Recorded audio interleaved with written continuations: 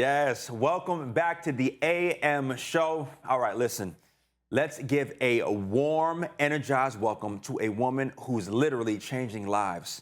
Michele Kreuzer is in the building. She's a certified behavioral sleep specialist and a keynote speaker who's been helping families, individuals, and even schools unlock the secret to better sleep and better living. From sleepless toddlers to stressed out adults, she's bringing science, strategy, and so much heart to the table. She's empowering folks to take back their nights and transform their days. Whether it's bedtime routines, behavioral breakthroughs, or just finding peace in the chaos, Michele Kreuzer is the expert you want in your corner. So let's make some noise and dive into the power of rest with the one and only Michele Kreuzer. Oh my gosh, Michele, we are so excited to have you on the show. We want to thank you again. And listen, we want to jump right into it. Can you break down what is a behavioral sleep specialist? Being a behavior analyst who really specializes on sleep, what I do is educate people, whether it's really talking about all of those, excuse me, I'm sorry, I'm a little nervous because it's live. I'm like, oh my goodness, I'm so excited to share this. It's fun. I educate people with how sleep impacts our physical health, our mental and emotional well-being, whether it's working, like you had said, with business professionals who are looking for more information for their teams and how to improve productivity, or working with individuals who are struggling with insomnia, all the way to working with parents that are having children that are unable to sleep and teaching them how to teach their child how to fall asleep independently. So it's all about bringing education and information to individuals. Yeah, that's huge, because the more education you have, the more knowledge you have, the more power you have over your own body, right? Absolutely. And I love that. So can you tell us, how do you get into this field? Oh my goodness. So I was a special education teacher for 20 years when I became a behavior specialist, and I was working with parents with children that had very common but disruptive behaviors. So being in the home and working more and more with families, I started to see the trend, how sleep was impacting the families, because the child's behavior was worsening, and then the parents were, of course, like not having sleep, were getting more like impatient with things, and it was hard. So I went back to school to become a certified behavioral sleep specialist because I was very concerned about how can I help the families, but I learned so much more than I had bargained for. I didn't know, I had struggled with my own sleep, and I had no idea that sleep isn't just about today. We all care about today, right? Like, oh, I hope I have that energy and I want to dance and I want to feel good. And it is that, but it's also how it impacts our future health. And that's what's so scary. And that's when I thought, I need to learn more. Wow. Yeah, and so did you go back to school to learn more, or how'd you do that? I did. So after I got my certification, then I also went, there's something, and I never heard of this when I was suffering with my own sleep issues, is cognitive behavioral therapy for insomnia. It's the #1 treatment there is. It's durable rather than a pill that's going to be a quick fix, but it's not meant to be a long-term solution. And so I went back, and I'm also in Stanford now for further education on insomnia. Oh, good for you. Thank you. Wow. And so what is like the biggest misconception about insomnia, of why some people have it, some people don't? Is it what you're actually doing, or is it a genetic thing? Oh, no, that's a great question. Yeah. So insomnia, so many times, something happens in our life that is traumatic. It could be a death in the family. It could be a divorce. It could be something that is keeping us up at night, and we're struggling with sleep. And so what happens is that period of time, we start to have some behaviors that are actually worsening our sleep. So we're like, oh, I'm so tired, I'm gonna go to bed early. And then you're laying in bed unable to sleep.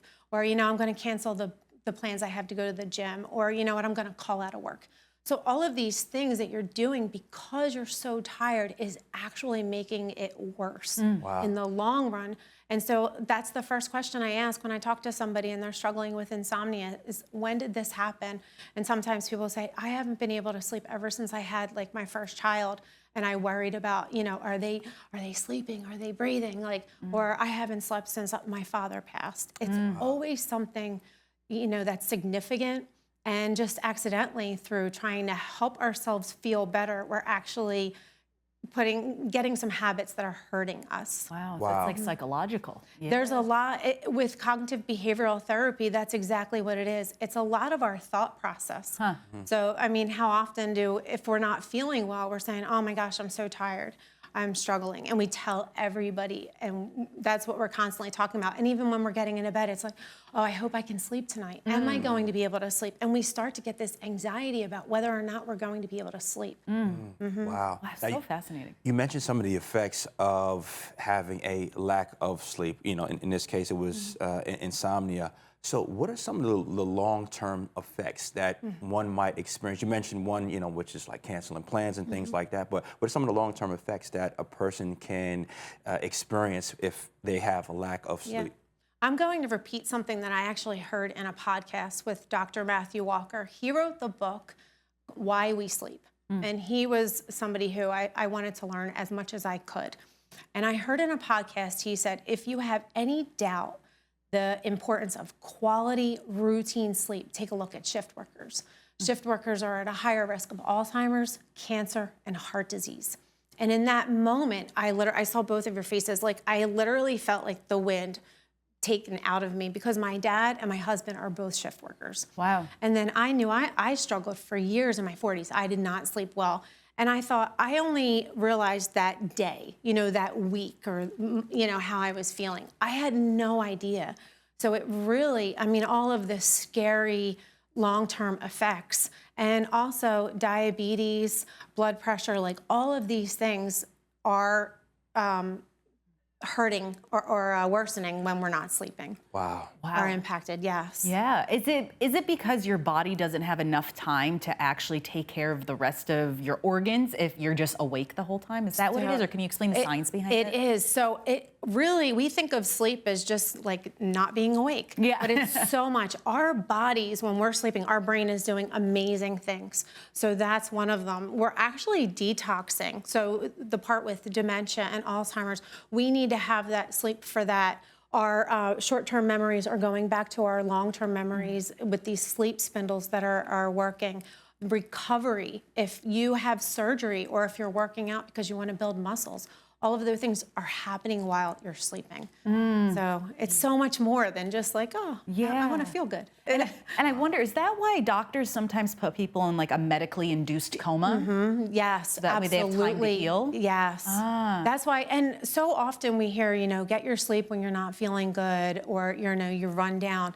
But also the recommendation is if you're going in for surgery, it's not just afterwards, that recovery. Your chances are better doing like recovering faster if you're sleeping well leading up to surgery. But anxiety gets in the way, right? It can get in your way, which is exactly why there's strategies for quieting your mind in order to fall asleep. Wow. That's huge. Wow. Now, you mentioned Alzheimer's, dementia, things like that.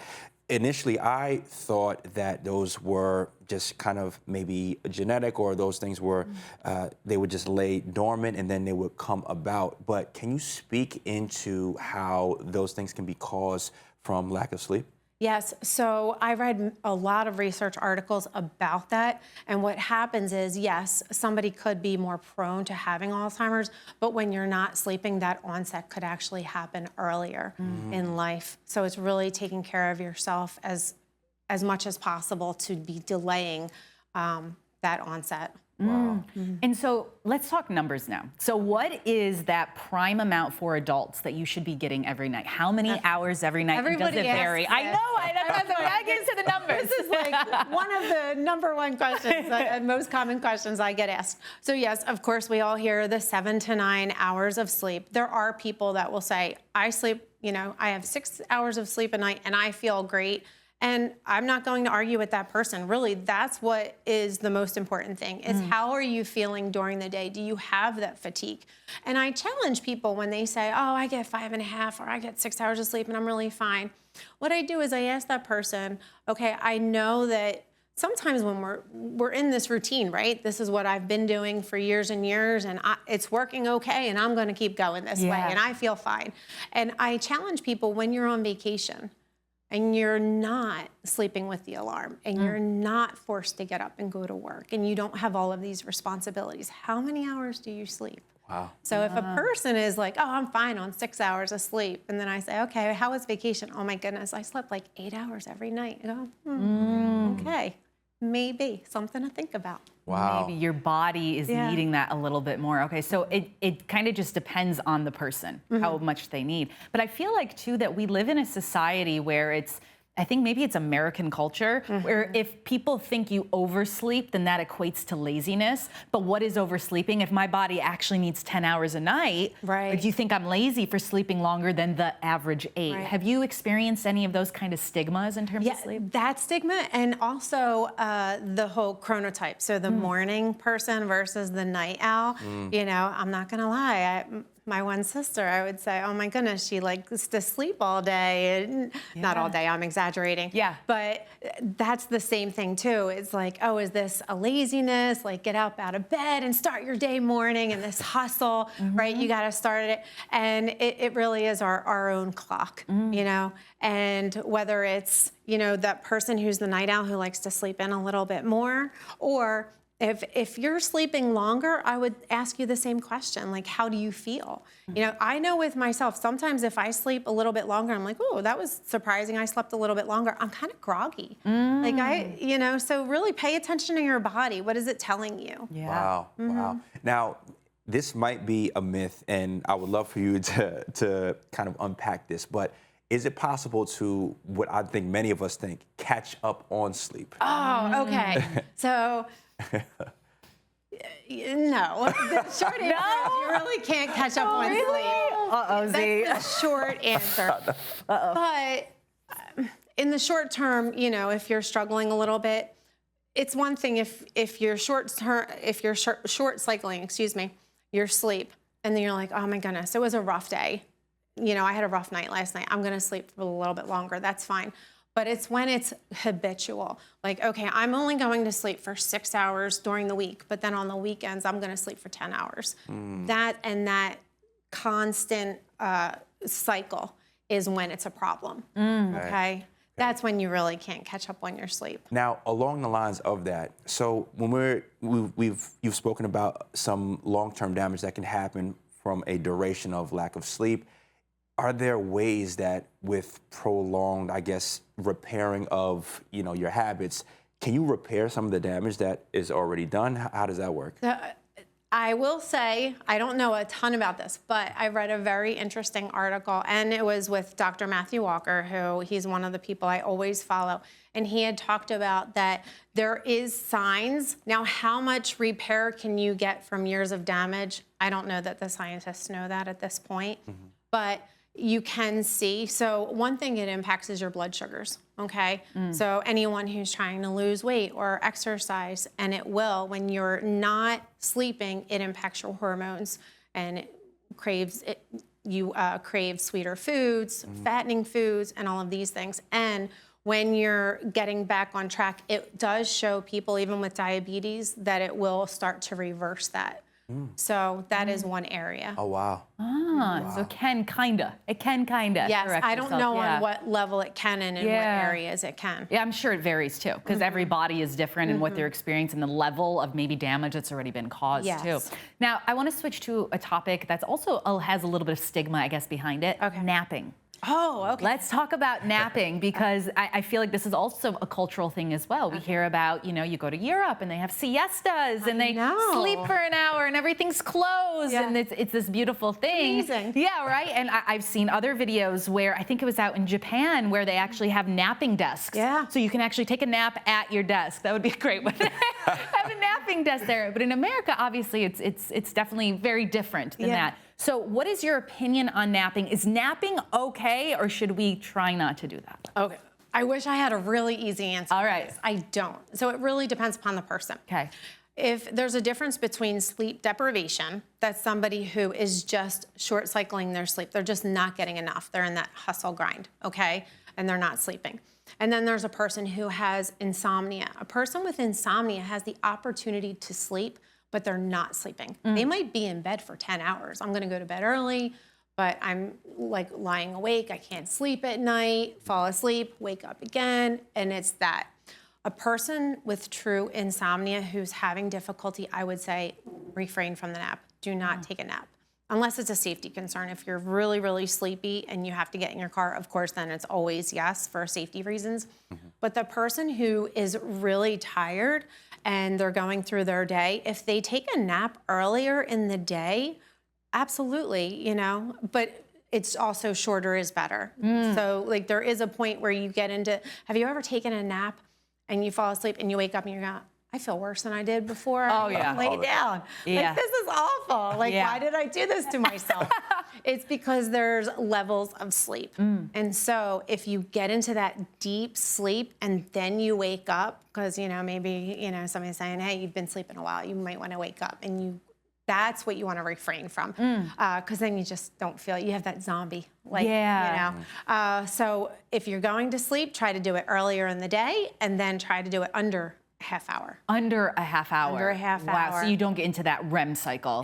Yep. And the thing is about when you get into REM is it feels good in the moment, even though you wake up, you're groggy. Whenever I take a 20-minute nap, I get upset because I'm like, hang on, I didn't even dream. Nothing happened. But then I'm like, whoa, but I actually feel okay. Yeah, you feel like refreshed. Plugging your phone into the wall for a little bit. You're able to do more with it, right? Than you were able to. Oh my God, thank you so much for answering all these questions. We have so much more to talk about, and we want to get into what you're doing with your own business itself as well. So guys, we're gonna get into all of that and more sleep questions with Michele when we return. So don't go anywhere. We're gonna take a quick commercial break.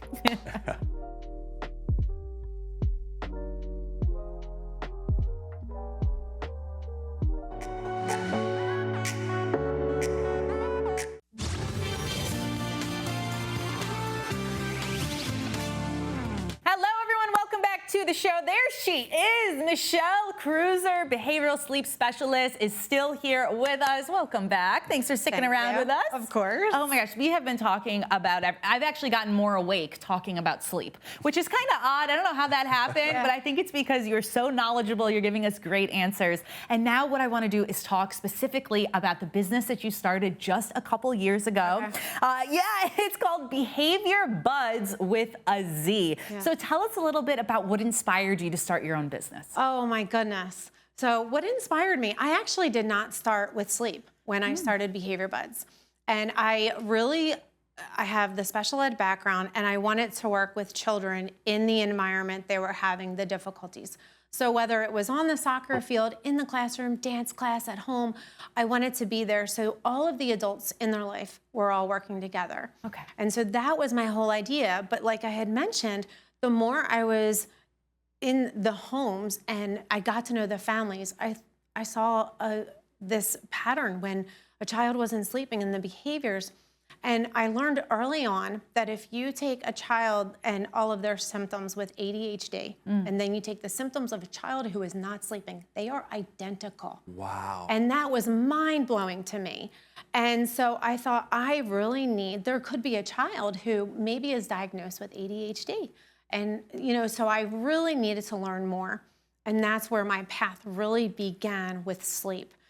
So the buds, thank goodness I had the Z on the end. I love it. Who even, that's just kind of like kismet. I don't know. That started before the sleep. But yeah, with my business, it has grown and has evolved in ways that I never could have anticipated. It's so exciting. Can I share one thing? Please. So one thing I never pictured, so obviously getting into sleep, I met a woman, Kelly, that owns a mattress store in Marlton. And we're talking, and she calls me one day and she says, how would you feel about creating a child's mattress? Like all natural, no chemicals in it. And I'm like, are you kidding me? Wow. Yeah. I was like, oh my gosh. I was like, I have goosebumps. I'm going to cry. Are you serious? And so we named them after our grandkids. And the store is a Just Your Sleep mattress boutique in Marlton. And I feel that sometimes when you're just open and your heart is leading you, it leads you into places you never anticipated. And so and now it's taken this shift where I'm speaking because I just want to share. So thank you so much for having me on, because I just want to share how important sleep is and through natural means. Wow. Well, the fact that there are even beds being sold, especially for kids that have chemicals in them, is the shocking part. I know it's really scary, and you don't know what you don't know. Yeah. You know, you figure out. I know when my kids were little, I'm like, they'll sleep on anything. They'll sleep on the floor if I let them. You know? Yeah. So what does it matter? So it's just like really kind of being in tune with what's going on and trying to learn as much as you can. Yeah. Wow. Wonderful. Now, in your business, when you're dealing with clients, I have a question around when you find maybe there's a child who also has a bit of sleep deprivation and that's leading to maybe behavioral issues and things like that. How often do you find a connection between child and then also parent? Oh, they go hand in hand, because if a child isn't sleeping, the parent isn't sleeping as well. So often, you know, the child, when they're not sleeping, they go in right into mom and dad's bedroom.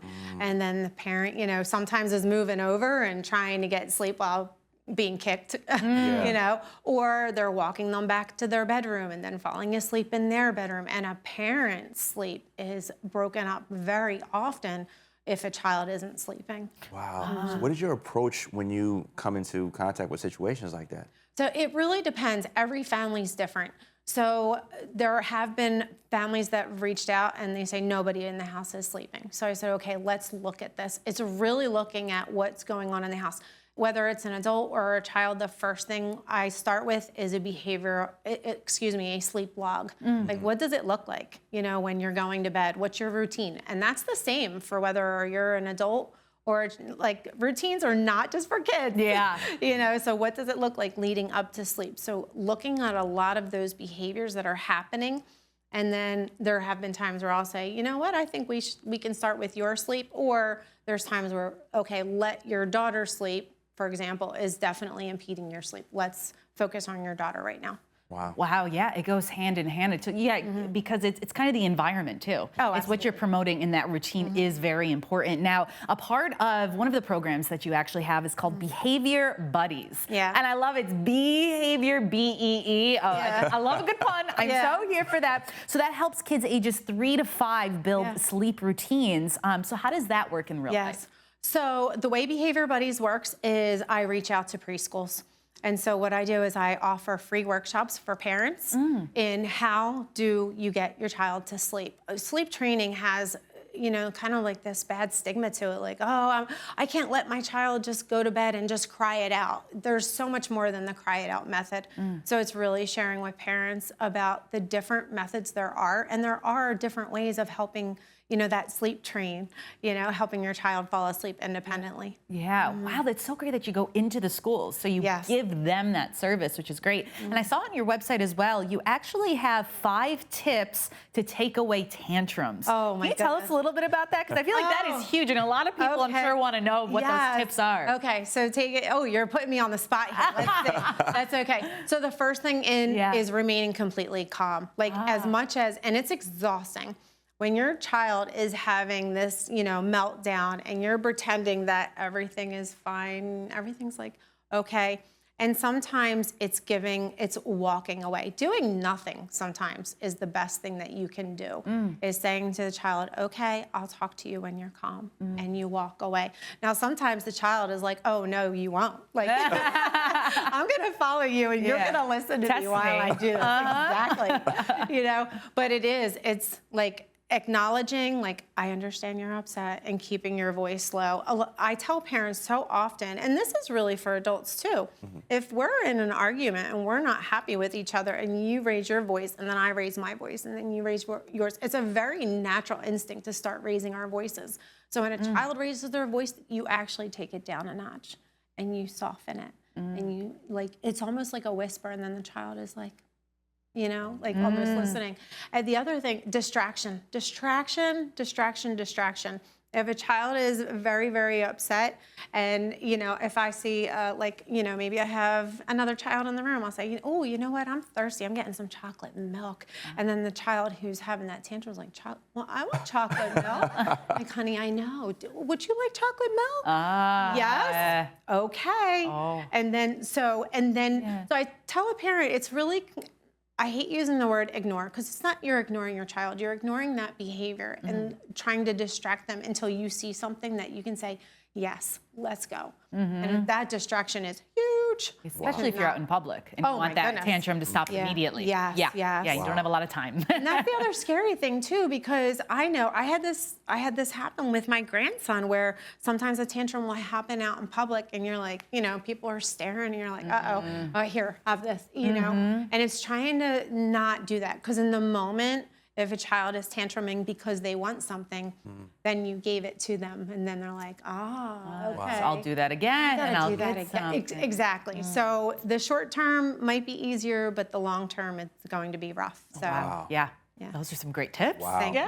You know, Michele, there have, I don't know if you follow sports, but the New York Knicks have lost in their playoff kind of stint. And I have some friends that I'm going to use these tips on because they threw some tantrums. Yes. And I might be one of those. I was going to say, my friends. Yeah.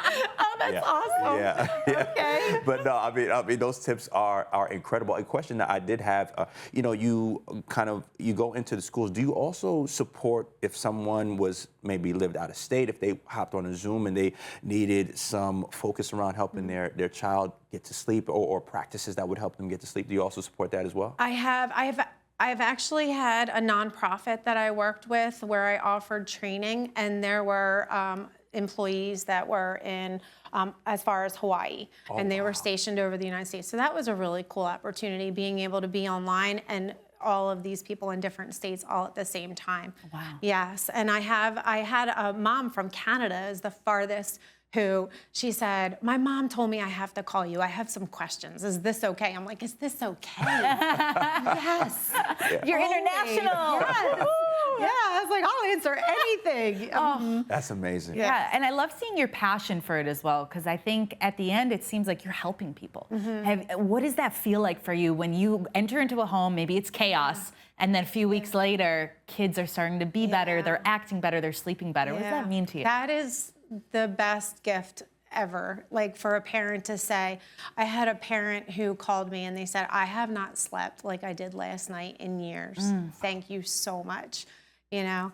And it's just like, and when you know when a parent is recommending you and saying, oh, I'm referring my friend because, you know, they're having similar issues, it's like, what better gift is that? Saying like, you have to talk to Michele. She's going to be able to help you get some sleep. That's huge. And yeah, it is huge. And you know, we all know how we feel in that moment and that day when we're not sleeping, or several days at a time, and that, like, you know, all that happens to our body, but then learning about the long-term effects. So I always tell people, you know, get it, whether it's me or not, like cognitive behavioral therapy for insomnia is the #1 treatment. And when I was struggling, I never heard about it. And there's help out there without like that quick fix. Wow. You know? Yeah. You know, Michele, as you're sharing, I mean, it's just such a wealth of knowledge. And you know, as you're getting into the schools, one of the things I thought about were, I would have loved to have a workshop like this when I was in college, because in college, you know, that's when I developed my, you know, times of, you know, you're cramming and you're staying up late to study exams, and then, you know, between your sleep and, you know, of course you want to hang out, and you're trying to just, you're forming your adult habits, and they really settle and solidify, I think, a lot of times in college in these stages. So, you know, is that something you would ever look to get into, kind of speaking to college students? It's so funny you should mention that, because I started speaking to a few women from Rowan University in Glassboro, New Jersey, yes. And I'm going in, and at first it was, I had asked, can I speak to the students? Because so often it's like, we have to cram, we have to pull these all-nighters because I have this test. And research shows that if you study and then take a nap, like I had mentioned earlier, the sleep spindles, that short term is getting into your long term. So you can actually study less, sleep more, and perform better, which is wild. And so I had asked about talking to the college students, and the one person said, you know what, I would love for you to talk to the college students, but also our staff, because you know, we're all like, we always, in this hustle kind of world, there's always moments that we have, and we're like, I'm just gonna push through, I'm just gonna push through, and I need to accomplish this, I need to get this done. Yeah. you know? But Wow. thank you for bringing that up because it is very important. Yeah, I mean, all ages, right? From Absolutely. young kids, college students, and even in adulthood. And I think the one thing in common with all of us are our access to tablets, to phones, to screen time. So I want to get into that topic right now. Okay. When should you stop screen time before trying to go to sleep? Okay. About an hour beforehand. An hour? An hour Wow. beforehand. So I just read this amazing research article. So what happened is the scientists actually had it wrong. So we were always told that melatonin is suppressed by the blue light. Yeah. And, so you should get off your screens anywhere from a half an hour to an hour because of the blue light impacting. So that light is going to suppress melatonin, and melatonin is what tells the rest of our body, like, hello, it's time to go to bed now. But it actually only suppresses melatonin for about 10 minutes. However, what they did find was the scrolling. So there's something called TOP, it's time on platform, and tech companies obviously want to keep us on the tablet, the phone, you know. Well, what happens is, have you ever lost time? You're like, oh, I'm gonna go on I wanna mess around with some TikTok, right? Oh, yeah. And the next thing you know, it's 45 minutes went by and it says, what did I even look at? I saw a couple, you know, recipes, I don't know, some singing, dancing. Oh, I saw a panda hanging from a tree. Oh, yeah. And then I'm like, well, give me another one. Oh, what's he doing now? Yeah, the doom scrolling. Yes. Oh, yeah. So it's actually the scrolling is more harmful to your sleep than the actual blue light. That is so interesting. So interesting. And I wonder if that's because you're having various content that you're having to understand. So like 10 seconds of this, okay, well, now what am I looking at? Okay, now what am I looking at? Instead of one consistent maybe piece of a material. Wow, that's fascinating because sometimes it's like, I can't sleep, so let me pull my phone here. And then it's like, uh-oh, now I'm scrolling. Well, now I can't sleep anymore. And then that insomnia comes into play too. Absolutely. So about an hour, that's really good to know. Yeah, and and it's very addictive because you hear the dings and the pings and you want to know what that was all about. Yeah. So getting it out of your room, and really, I will add to that too is avoiding doing those things while in bed. So anything with your bed, everything should be sleep and sex in your bed, and that is it. And because sometimes people will take their tablets or their computers into bed, which further. So you want your bed you want your bed to signify that it is time to sleep. Yeah. So you want that connection. And so anytime you're doing anything like playing on your phone or, you know, on your computer while in bed, then you're sending that message to your brain that your bed is actually for other things, not just sleep. And that can, you know, prolong getting to bed also. That's interesting. Even working in bed. Some people that work from home want to sit in bed and work because it's more comfortable than the couch, or maybe you have roommates and you don't know where else to sit. I know. Yeah. I would say if you have to be in your bedroom to get away from, you know, roommates or situations, if you can squeeze a small, comfortable chair, or at the very least, making sure, like, you know, small apartments being at the edge of your bed, you know, whereas you're not in that laying zone. You know. Yeah. Wow, these are such great nuggets, great tips here. Oh my goodness, I feel like we could just continue to talk for more and more time, but we just appreciate you so much bringing a wealth of knowledge in terms of the sleeping world. And now I know I'm really gonna try not to fall asleep on the couch anymore. I really am, and not interrupt my REM cycle to get a better sleep. But Michele, thank you so much for coming here. Coming all the way from South Jersey to Brooklyn, we so appreciate it. And guys, if you're interested in learning more about what Michele does, or maybe you're like, hang on, hey, come over, I need help, Michele. All her info is linked below, so that way you guys can reach out and get maybe a one-on-one session. Absolutely, that would be awesome. Thank you so much. Yeah, thank you so much for being here. It was amazing. Oh my gosh, such a great time. And nuggets, Michele dropped so many of them. Listen, get your sleep, okay? Don't mess around. And for you Knicks fans out there, I got some tips for you. We're going to shut down those tantrums. But we're going to be right back with a lot more of the AM show. We're going to go to commercial, so stick with us.